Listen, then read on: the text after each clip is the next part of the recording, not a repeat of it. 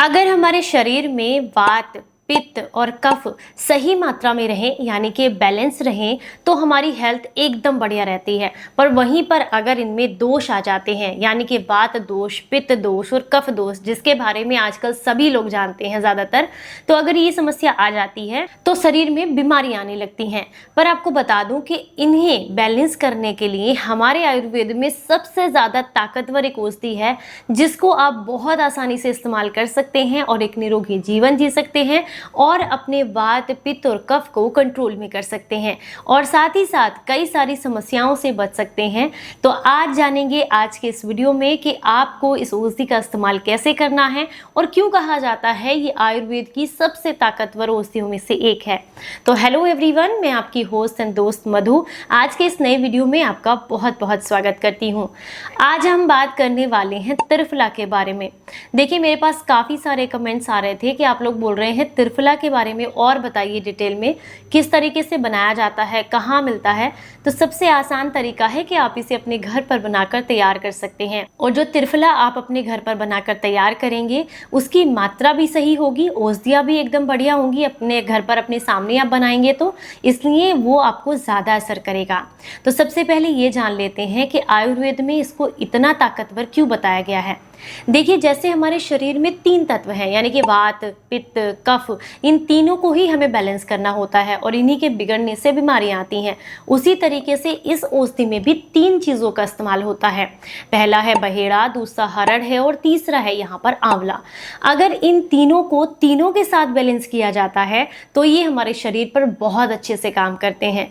लेकिन मार्केट में जो त्रिफला आपको मिलता है वो सम मात्रा में होता है। मैं ये नहीं कहती सभी ब्रांड्स का, लेकिन कुछ ब्रांड्स का जो आप लेते हैं वो सम मात्रा में होता है। यहाँ पर आयुर्वेद में ये कहा गया है, वाघभट्ट जी ने कहा है, सम मात्रा में जो त्रिफला होता है वो कुछ कंडीशंस में दिया जाता है। जैसे कि अगर रक्त पित्त की समस्या बहुत ज़्यादा है, ब्लड में एसिडिटी की प्रॉब्लम है, तो ऐसे में आपको जो है सम मात्रा में त्रिफला लेना चाहिए। पर ऐसा बहुत रेयर कंडीशंस में होता है। हम लोग जो इस्तेमाल करते हैं वो वात, पित्त और कफ को ही बैलेंस करने के लिए, कब्जियत को दूर करने के लिए, खून को साफ करने के लिए और भी फायदे मैं आपको इसको बताऊंगी। तो इन सारी समस्याओं के लिए जो इस्तेमाल होता है त्रिफला एक औषधि के रूप में, वो सम मात्रा में नहीं होना चाहिए। तो इसलिए इसका अनुपात रहता है 1:2:3।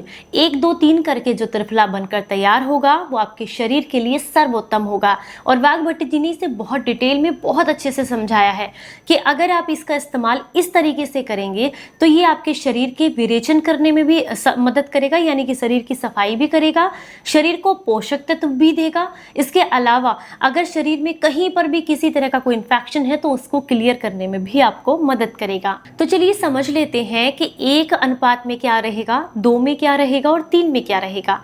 हालांकि सबसे पहले तो मैं आपके साथ यही शेयर कर रही हूँ कि आप अपने घर पर कैसे बनाएं, पर फिर भी अगर आप अपने घर पर नहीं बना सकते हैं तो ऑनलाइन भी खरीदते समय या किसी आयुर्वेदिक स्टोर से लेते समय इस बात का विशेष ध्यान रखें कि जो जो चीज़ें मैं आपको बता रही हूँ वो उसी तरीके से इंग्रेडिएंट उसी मात्रा में उसमें दिए गए हैं या नहीं, क्योंकि हर चीज़ पे इंग्रेडिएंट लिखे हुए होते हैं। तो आप उसको ज़रूर चेक कीजिएगा कि जो चीज़ें हैं, जो मात्रा है वो 1, 2, 3 के हिस्से में बटी हुई हो और 1 क्या है, 2 क्या है और 3 क्या है, इस बात का भी आपको विशेष ध्यान रखना है। तो यहाँ पर एक भाग रहती है हरड़।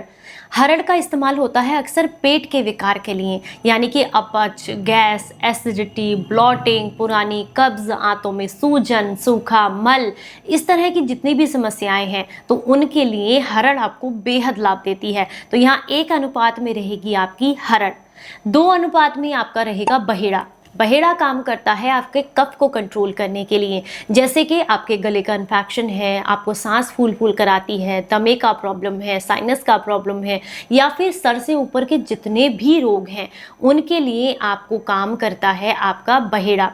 यहाँ बहुत बढ़िया सेंस है, आप समझिएगा इस चीज़ को। हरड़ काम करती है पेट के रोगों पर और यहाँ पर बहेड़ा काम करेगा आपके कफ के रोगों पर।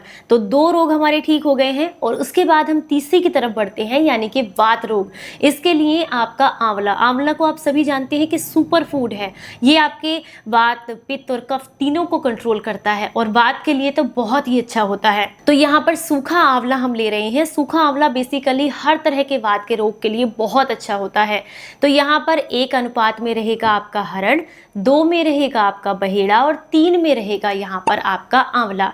अगर हम इसको मात्रा में समझें तो इसमें आप 1 चम्मच हरड़ का पाउडर लेंगे, 2 चम्मच आपको बहेड़े का पाउडर लेना है और उसमें आप मिलाएंगे 3 चम्मच यहाँ पर आंवले का पाउडर। ये आपका रेशियो रहता है। ये सारी सूखी औषधियाँ आपको बहुत आसानी से किसी भी आयुर्वेदिक स्टोर से मिल जाएंगी।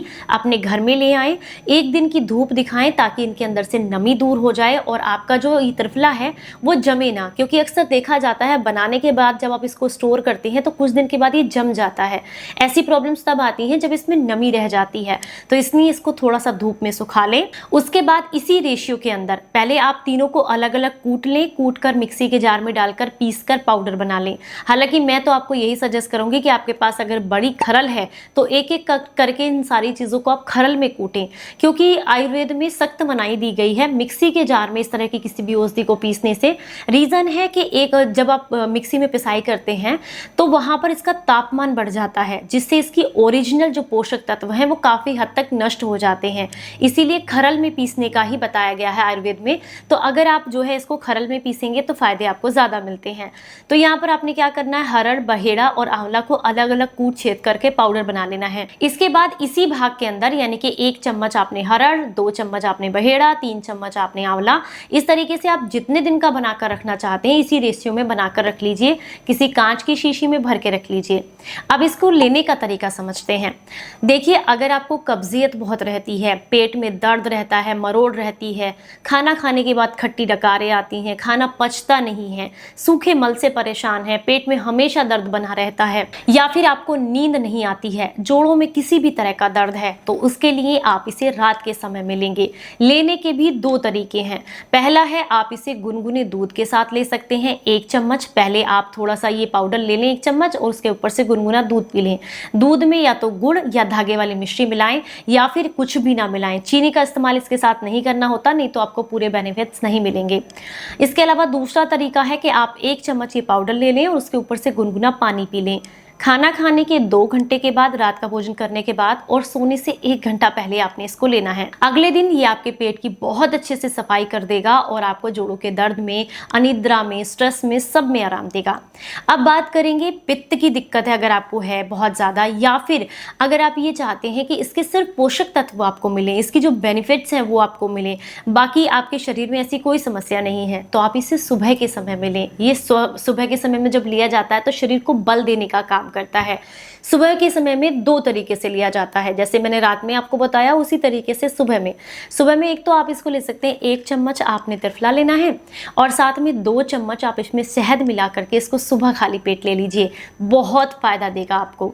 इसके अलावा दूसरा तरीका है कि आप इसको जो है 1 चम्मच आप जो है त्रिफला लीजिए पाउडर और साथ में आप 2 चम्मच गुड़ का पाउडर या एक छोटी डली गुड़ की लीजिए, उसके साथ मिक्स करके इसको खाइए। इन दोनों ही तरीके से आप इसको ले सकते हैं, जैसे आपको ठीक लगे आप इस्तेमाल कर सकते हैं। ये तो मैंने आपको बता दिया कि किस तरीके से आपको लेना है और किस किस मात्रा में। पर देखिए, एक बात का ध्यान रखना है, क्योंकि आयुर्वेद के अंदर जो त्रिफला है उसको एक औषधीय रूप दिया गया है, एक औषधि के रूप में बताया गया है। और वहीं पर आयुर्वेद में ये भी कहा जाता है कि किसी भी औषधि को बहुत लंबे समय तक इस्तेमाल नहीं करना चाहिए, नहीं तो शरीर को उसकी आदत पड़ जाती है, फिर वो शरीर पर असर करना बंद कर देती है, वो आपकी हैबिट में आ जाती है। जैसे हम रोज़ खाना खाते हैं वो उसी तरीके की हो जाती है। तो इसलिए विशेष ध्यान रखें कि लंबे समय तक इसको नहीं लेना है। मान लीजिए आपने इसको 1 महीना लिया है, 2 महीने के लिए छोड़ दीजिए। मान लीजिए आपने 2 महीने लिया है, फिर 2 महीने के लिए छोड़ दीजिए। मान लीजिए आपने 3 महीने लिया है तो फिर 1.5 महीने या 2 महीने के लिए छोड़ दीजिए, फिर से आप इस्तेमाल कर लीजिए। इस तरीके से आप इसको बीच में छोड़कर कुछ समय के लिए लेते रहें, इससे आपको बेनिफिट्स मिलेंगे। या फिर आप चाहें तो पूरे महीने में सिर्फ 1 हफ्ते के लिए इस्तेमाल कर सकते हैं। इससे पूरे महीने में जितनी भी आपके शरीर में गंदगी गंदगी इकट्ठी हुई है उसको साफ करने, आपके शरीर को बल देने के लिए ही आपको फ़ायदा करेगा। अब बात करेंगे, कुछ लोग सवाल करेंगे क्या छोटे बच्चे ले सकते हैं?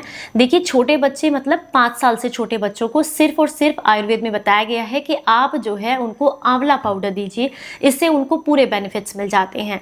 5 साल से ऊपर के बच्चे हैं तो उनको आप त्रिफला दे सकते हैं, लेकिन 5 साल से छोटे बच्चे हैं तो उनको सिर्फ और सिर्फ आप जो है यहाँ पर आंवला पाउडर ही दीजिएगा। मैंने कोशिश की पूरे तरीके से कॉन्सेप्ट आपको समझाने की, उम्मीद करती हूँ आपको बेहद पसंद आया होगा।